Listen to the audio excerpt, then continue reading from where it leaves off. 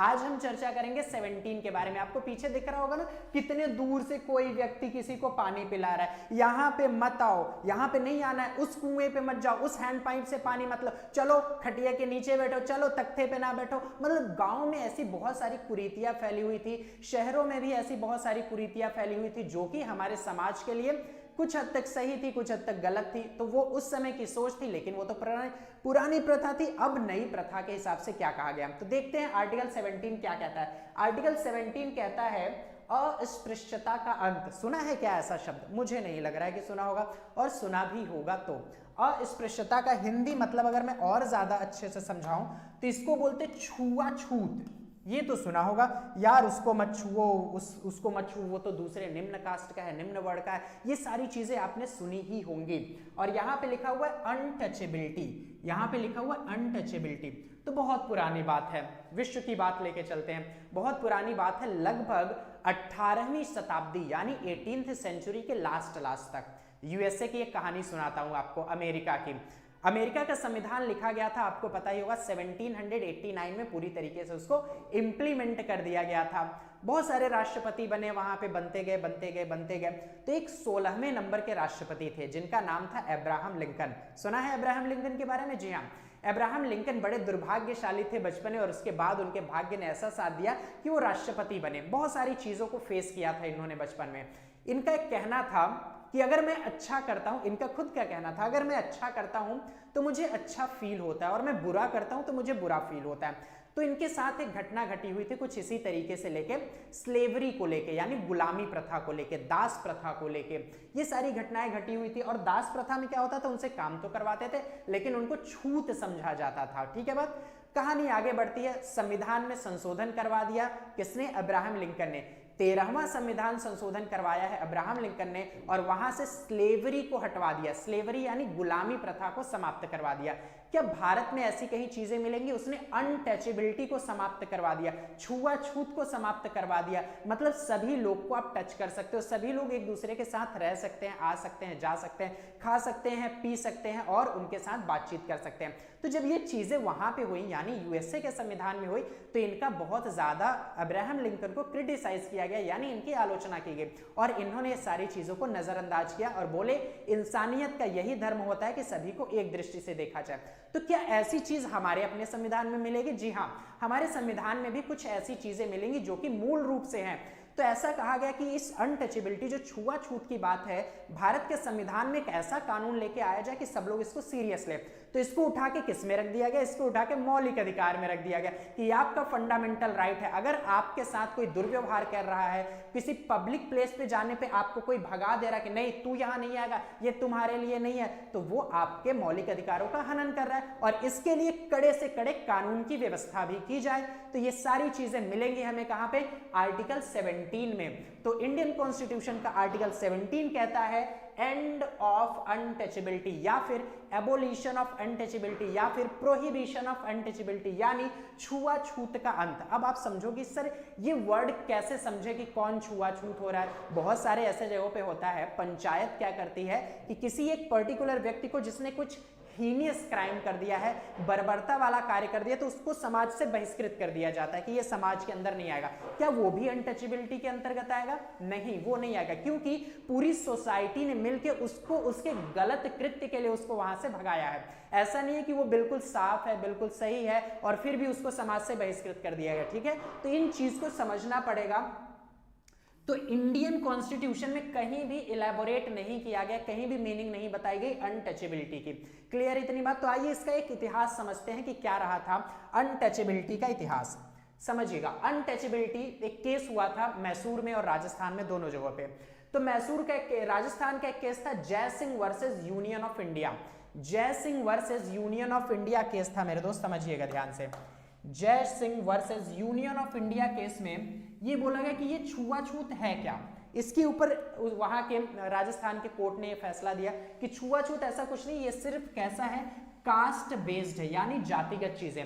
अगर कोई किसी को जाति सूचक शब्दों का प्रयोग करके उसको कोई अधिकार देने से मना करता है कि तू ऐसा है, तो उसके साथ क्या हो रहा है, अनटचेबिलिटी हो रही है, यानी छुआछूत वाली बात, टचेबिलिटी वाली बात वहां पे हो रही है।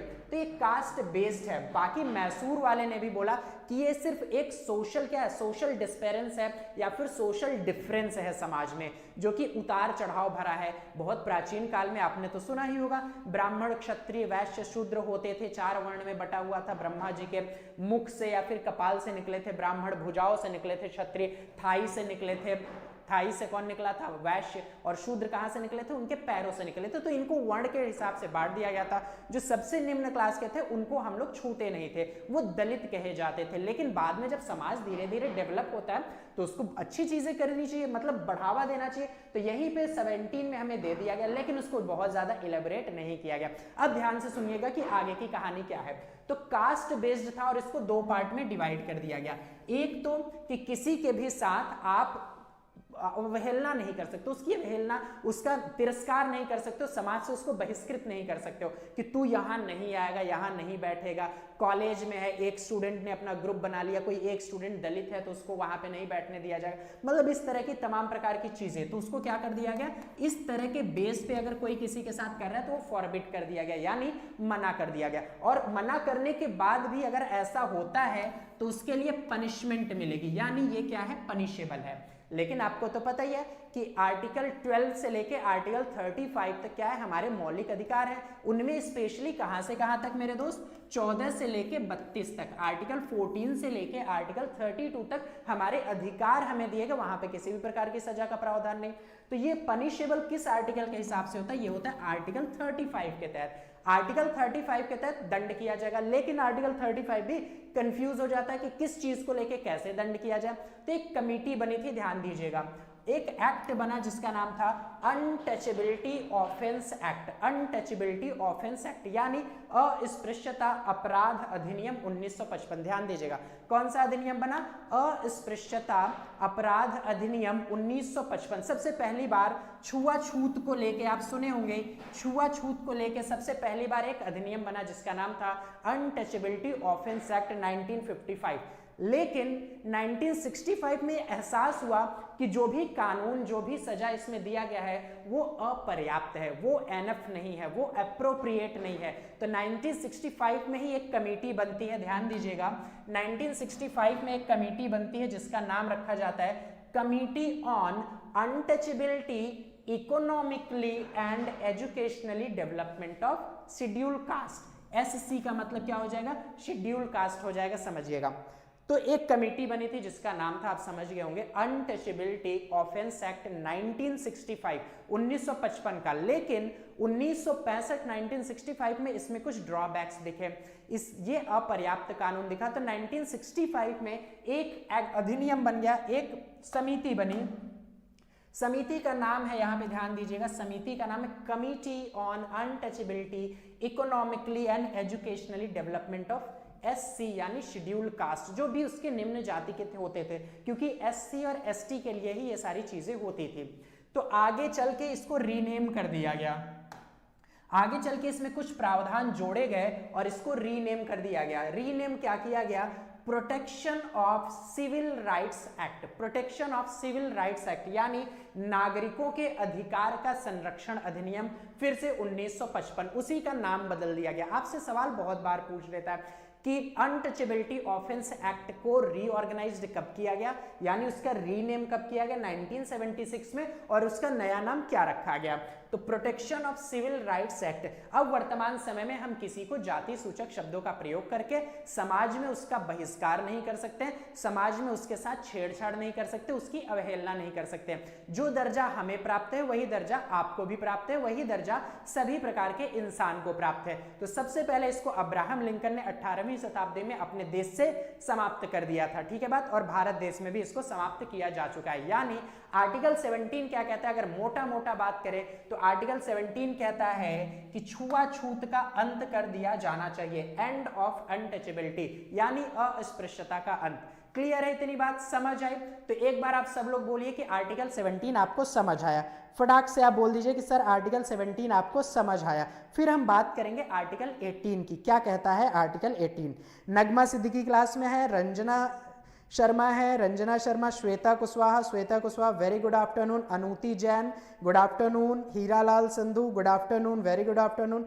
तो बता दो एक बार, अगर आप क्लास में मौजूद हो तो एक बार बता दो कि आर्टिकल 17 आपको समझ आया।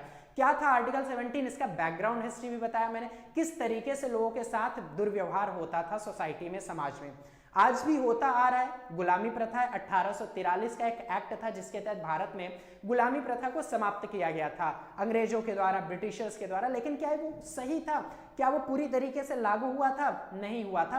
अब भारत के संविधान में, भारत का संविधान कानून बनाया है कि इस तरीके की चीजें नहीं होनी चाहिए, और जहां पे होती है वहां पे पनिशमेंट मिलेगा। और पनिशमेंट किस आर्टिकल के तहत मिलेगा? आर्टिकल 35। आर्टिकल 35 के तहत ही एक एक्ट बना था जिसका नाम था अनटचेबिलिटी ऑफेंस एक्ट 1955, और ये अपर्याप्त कानून माना गया 1965 में। 1965 के बाद 1976 में इसी कानून का, इसी अधिनियम का, इसी एक्ट का नाम बदल दिया गया था, और नाम बदल के 1976 में उसको कुछ और रख दिया गया।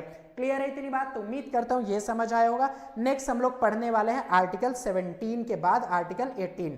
Pallavi Verma, yes sir, thank you so much, आ गया है। नगमा सिद्दीकी को, रंजना शर्मा को, धीरेन्द्र प्रताप। चलिए समझते हैं आर्टिकल 18 क्या कहता है। बड़ा ही दुविधा वाला होता है आर्टिकल 18 यानी अनुच्छेद 18। ये सिंपल सी एक बात कहता है, अगर एसएससी की बात कर लें, एनडीए की बात कर ले, तो एक एक्ट की तरह पूछ लेता है, एक आर्टिकल की तरह पूछ लेता है कि उपाधियों का अंत किस आर्टिकल में दिया गया है, या फिर अनुच्छेद 18 में क्या दिया गया है। इतनी चीजें पूछता है, चाहे एनटीपीसी की बात करें। लेकिन यूपीएसआई की अगर बात की जाए तो यूपीएसआई थोड़ा बड़े लेवल का एग्जाम हो जाता है, इसके बेस पे बड़े लेवल का। एसएससी से अगर कंपेयर किया जाए तो उससे बड़ा नहीं है, लेकिन वहां पे आता है संविधान थोड़ा सा ज्यादा, तो वहां पे आर्टिकल 18 को समझना बहुत जरूरी हो जाता है, बहुत ज्यादा। तो ये कहता है उपाधियों का अंत, ये किस प्रकार की उपाधियां हैं। तो भारत पहले गुलाम रहा था, आपको पता है, भारत में औपनिवेशिकता थी, दूसरे देश की कंपनी थी, और दूसरा देश भारत के ऊपर अधिकार कर लिया था। उसका नाम क्या है? इंग्लैंड, ग्रेट ब्रिटेन, या फिर ब्रिटेन, या फिर समझ ही रहे होंगे यूनाइटेड किंगडम। सब एक ही देश का नाम है, वो ग्रुप है यूनाइटेड किंगडम। तो भारत देश के ऊपर उसने राज किया हुआ था। अब बहुत सारी उपाधियां मिल जाती थी, दे दी जाती थी, जैसे आपको पता होगा राय बहादुर, महाराजा, राजा, कुछ वंशानुगत उपाधियां हुआ करती थी, और कुछ अंग्रेज लोग उपाधियां दे देते थे। यानी अंग्रेज उपाधि दे रहे, इसका मतलब कुछ विदेशी उपाधि दे देते थे। जैसे महात्मा गांधी को 1915 में लॉर्ड हॉर्डिंग ने दिया था, याद होगा कौन सा उपाधि? जैसे ही वो साउथ अफ्रीका से आए थे 1915 में 9 जनवरी को, तो 10 जनवरी को इनको उपाधि मिली थी, नाम था केसर हिंद। ऐसे ही नाइटहुड की उपाधि मिली थी हमारे रविन्द्रनाथ टैगोर को।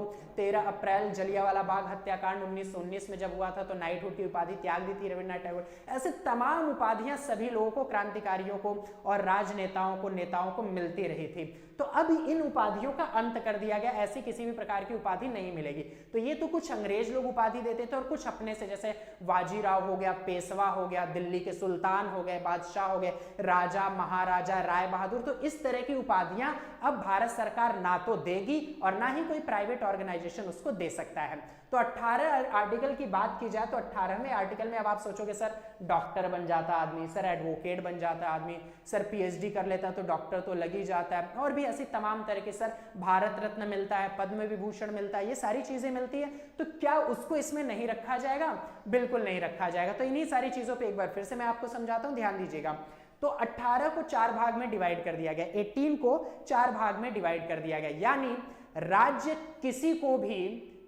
किसी को भी कोई उपाधि नहीं देगा, 2 चीज को छोड़ के। कौन कौन सी? एक तो फोर्स से रिलेटेड, यानी आर्मी से रिलेटेड, नेवी से रिलेटेड, इनसे रिलेटेड जो लेफ्टिनेंट की मिलती है, कर्नल की मिलती है, चीफ की मिल जाती है, ऐसे तमाम तरह के टाइटल्स मिल जाते हैं, तो उनको तो दिया जाएगा, वो राज्य देगा। और एक एजुकेशन में जो आपको टाइटल्स मिलते हैं, जो आपको उपाधि मिल जाती है, एडवोकेट की मिल जाती है, ठीक है, बैरिस्टर की मिल जाती है। हालांकि अब बैरिस्टर की उपाधि मिलती नहीं है, जो विदेश से करके आता था उसको मिलती थी, तो बैरिस्टर की बैन कर दी गई है, ठीक है। लेकिन अगर कोई करके आता है, हालांकि अब कोई होता नहीं है वहां पे, बैरिस्टर की उपाधि नहीं होती है। नेक्स्ट बात करेंगे, पीएचडी कर लिया आपने तो आपको डॉक्टर की उपाधि मिल जाती है। तो ये एजुकेशन और सेना में जो भी चीजें मिलती है, उपाधियां मिलती है, उसको छोड़ के आपको भारत देश में किसी भी प्रकार की उपाधि ग्रहण नहीं करना है। सर आपने तो बताया अभी पद्म विभूषण, तो जी हाँ, 1954 की बात है। 1954 में अवार्ड्स की शुरुआत हुई थी, जवाहरलाल नेहरू साहब ने करवाई थी। पद्म विभूषण, पद्म भूषण और पद्मश्री और भारत रत्न, ऐसे अवार्ड की शुरुआत हुई थी। और बाद में चल के इसमें उपाधियां दी जाती थी, सबको अवार्ड्स मिलते थे, आपको पता ही होगा, हर साल मिलते हैं सबको। अब कहानी आगे बढ़ती है, 1977 की बात आती है। मोरारजी देसाई जनता दल के पहले गैर कांग्रेसी प्रधानमंत्री के भारत के हुए। 1954 में ये अवार्ड शुरू हुआ था और ये अवार्ड दिया जाता था। चूंकि आर्टिकल 18 हमारे संविधान में मूल रूप से मौजूद था, तो ऐसा कहा गया कि ये उल्लंघन कर रहा है। जो उपाधियां हम बांट रहे हैं, पद्मश्री की, पद्म विभूषण की और पद्म विभूषण की या भूषण की, तो ये हमारे आर्टिकल 18 का उल्लंघन कर रहा है। तो मोरारजी देसाई ने इसको बंद करवा दिया, जो कि पहले गैर कांग्रेसी प्रधानमंत्री थे। फिर 1980 में हमारी इंदिरा गांधी एक बार फिर से प्रधानमंत्री बन जाती है। मोरारजी देसाई की सरकार अविश्वास प्रस्ताव के कारण गिर जाती है और ये बनती है, और एक बार फिर से वो उपाधियां सारी चालू करवा दी जाती हैं। क्लियर है? तो अब ये चीजें ऐसे चलती है। 1996 की बात बताता हूं आपको, 1996। कहानी समझ आ रहा है तो समझिएगा अच्छे से, ध्यान से। नहीं समझ आ रहा है तो एक बार कमेंट बॉक्स में पूछ लीजिएगा। 1996 की कहानी है। 1996 में बोला गया कि ये जो इस प्रकार की उपाधियां दी जा रही हैं, जैसे पद्म विभूषण, पद्मश्री, पद्म भूषण, ये सब उपाधियां अनुच्छेद 18 का उल्लंघन नहीं करती हैं। सबको मिल सकता है या फिर किसी को भी मिल सकता है जिसका नॉमिनेशन हुआ है। लेकिन अगर कोई ये उपाधि अपने नाम के आगे लगाता है, जैसे शरद दुबे को मिल गया, जैसे धीरेन्द्र प्रताप को मिल गया, जैसे नगमा सिद्दीकी को मिल गया, खिजरा अब्बास को मिल गया, जौहर जैदी को मिल गया, रंजना शर्मा को मिल गया, इनमें से विधि केशवानी को मिल गया, किसी को भी पद्म विभूषण, भारत रत्न या फिर इनसे रिलेटेड कोई भी उपाधि अगर अवार्ड मिलता है तो वो अपने नाम के आगे लगा दे पद्म विभूषण धीरेन्द्र प्रताप, पद्म विभूषण रंजना शर्मा, तो उनकी उपाधि को त्याग करना पड़ेगा। उनका वो जो अवार्ड मिला उसको त्याग करना पड़ेगा, यानी अपने नाम के आगे वो उपाधि नहीं लगानी है। ठीक है बात? तो अगर अपने नाम के आगे लगाएंगे तो वो आपसे छीन लिया जाएगा या फिर आपको त्याग करना पड़ जाएगा। तो अपने नाम के आगे नहीं लगाना है, लेकिन हाँ आपको प्राप्त हो सकता है, ऐसा कहा जा सकता है कि इनको पद्म विभूषण प्राप्त हुआ है। तो ये है हमारा आर्टिकल 18। तो चलिए एक बार देख लेते हैं कि क्या कहता है आर्टिकल 18, थोड़ा और विस्तृत से इसको समझते हैं, थोड़ा और विस्तार से इसको समझते हैं और देख लेते हैं। रंजना शर्मा, अच्छा है सर, फिर याद नहीं करनी पड़ेगी उपाधियां। नितेश पांडे, सर आप काफी डिटेल में समझाते हैं, thank you so much. Pizza burger, good noon sir, बहुत सुंदर पढ़ाते हैं आप, समझ में आता है, thank you so much. Dhirendra Pratap, Ranjana Sharma, Nagma Siddiqui, ऐसा लग रहा है कि सबको अवार्ड मिल ही गया है, ऐसा प्रतीत हो रहा है कि इन लोग को अवार्ड मिल ही गया है। तो देखिए आर्टिकल 18 के बारे में समझते हैं। 1, 2, 3, 4 पार्ट में इसको डिवाइड कर दिया गया, यानी 4 सब क्लॉजेस इसके हैं। तो 1 बाय 1 इसको देखते हैं। राज्य यानी देश या फिर कोई भी संस्था, कोई भी ऑर्गेनाइजेशन। यहाँ पे राज्य यानी स्टेट की बात नहीं हो, जो कि हमारे यूपी, बिहार, पंजाब वाले होते हैं। तो राज्य फोर्स यानी सेना से रिलेटेड और एजुकेशन से रिलेटेड, इन दोनों के अलावा किसी भी प्रकार की कोई उपाधि नहीं देगा। इन दोनों के अलावा किसी भी प्रकार की कोई उपाधि नहीं देगा। नेक्स्ट बात करते हैं फॉरेन से यानी विदेश से। फॉरेन से देश का कोई भी नागरिक, विदेश से देश का कोई भी नागरिक कोई उपाधि प्राप्त नहीं कर सकता, कोई उपाधि प्राप्त नहीं कर सकता, कोई टाइटल प्राप्त नहीं कर सकता। कुछ लोग होते हैं जो पीएचडी करते हैं कहाँ से, विदेश से, और भी चीजें डायरेक्टरेट करते हैं और भी बहुत सारे उनको मिलती है उपाधियां, तो वहां से कोई उपाधि प्राप्त नहीं कर सकता। क्यों? करने से पहले उसको क्या करना पड़ेगा? राष्ट्रपति से यानी प्रेसिडेंट से अनुमति लेनी होगी। उसको राष्ट्रपति से पहले क्या लेना होगा? अनुमति लेना होगा, यानी आज्ञा लेना पड़ेगा। नेक्स्ट बात करते हैं तीसरे की। 18 का तीसरा कहता है विदेशी नागरिक अगर कोई भारत में रह रहा है, विदेशी नागरिक अगर कोई भारत में रह रहा है और भारत में, भारत की संस्था में लाभ के पद पर हो, यानी काम कर रहा हो, या फिर किसी विश्वास के पद पर हो, किसी इंटेलिजेंस के पद पर हो, किसी भी सरकारी पद पे हो, तो भी वह विदेश से कोई टाइटल भारत को बिना सूचना दिए नहीं ले सकता है। भारत के नागरिक की बात नहीं हो रही है, कोई विदेशी नागरिक अगर भारत के किसी पद पर विराजमान है तो वो विदेश से कोई भी टाइटल, कोई भी उपाधि बिना राष्ट्रपति के परमिशन के नहीं ले सकता है। ये कहता है हमारा 18 का 3। 18 के 4 की बात करें तो राज्य के अधीन कोई भी भारत का नागरिक, राज्य के अधीन कोई भी भारत का नागरिक यदि जॉब कर रहा है, लाभ के पद पर है या फिर किसी विश्वास के पद पर है, भारत का नागरिक ही है और राज्य के अधीन किसी विश्वास के पद पर है, तो भी अगर उसको कोई उपाधि या कोई टाइटल या फिर कुछ भी मिल रहा है, किसी भी प्रकार की सुविधाएं मिल रही, तो वो उसको विदेश से नहीं लेगा। क्यों नहीं लेगा? मतलब ले सकता है, नहीं लेगा कब? जब तक वो राष्ट्रपति से अनुमति नहीं प्राप्त कर सकता। तो इन सभी चीजों में देश की सरकार को ये चीज पता होनी चाहिए, और देश की सरकार का एक मुखिया है यहाँ पे जिसको हम बोलते हैं राष्ट्रपति। घर के दादाजी है राष्ट्रपति। पड़ोस के घर से आटा लेके आना है कि नहीं, पड़ोस के घर में अफेयर चलाना है कि नहीं, अगर दादाजी ने बोल दिया चला लो तब तो चला सकते हो, और दादाजी ने ऐसे मुंह बंद करके बोला ना ना ऐसा ना होगा, तब तो नहीं कर सकते हो। तो आर्टिकल 18 और आर्टिकल 17 कुछ ऐसे ही कहते हैं मेरे दोस्त। उम्मीद करता हूं 18 और 17 आपको समझ आया होगा। समझ आया है तो एक बार से आपको वीडियो शेयर करना है, लिंक को शेयर करना है, और लाइक कमेंट सब्सक्राइब तो जरूर करते रहना। तो उम्मीद करता हूं यहां तक आपको मजा आया। आर्टिकल 17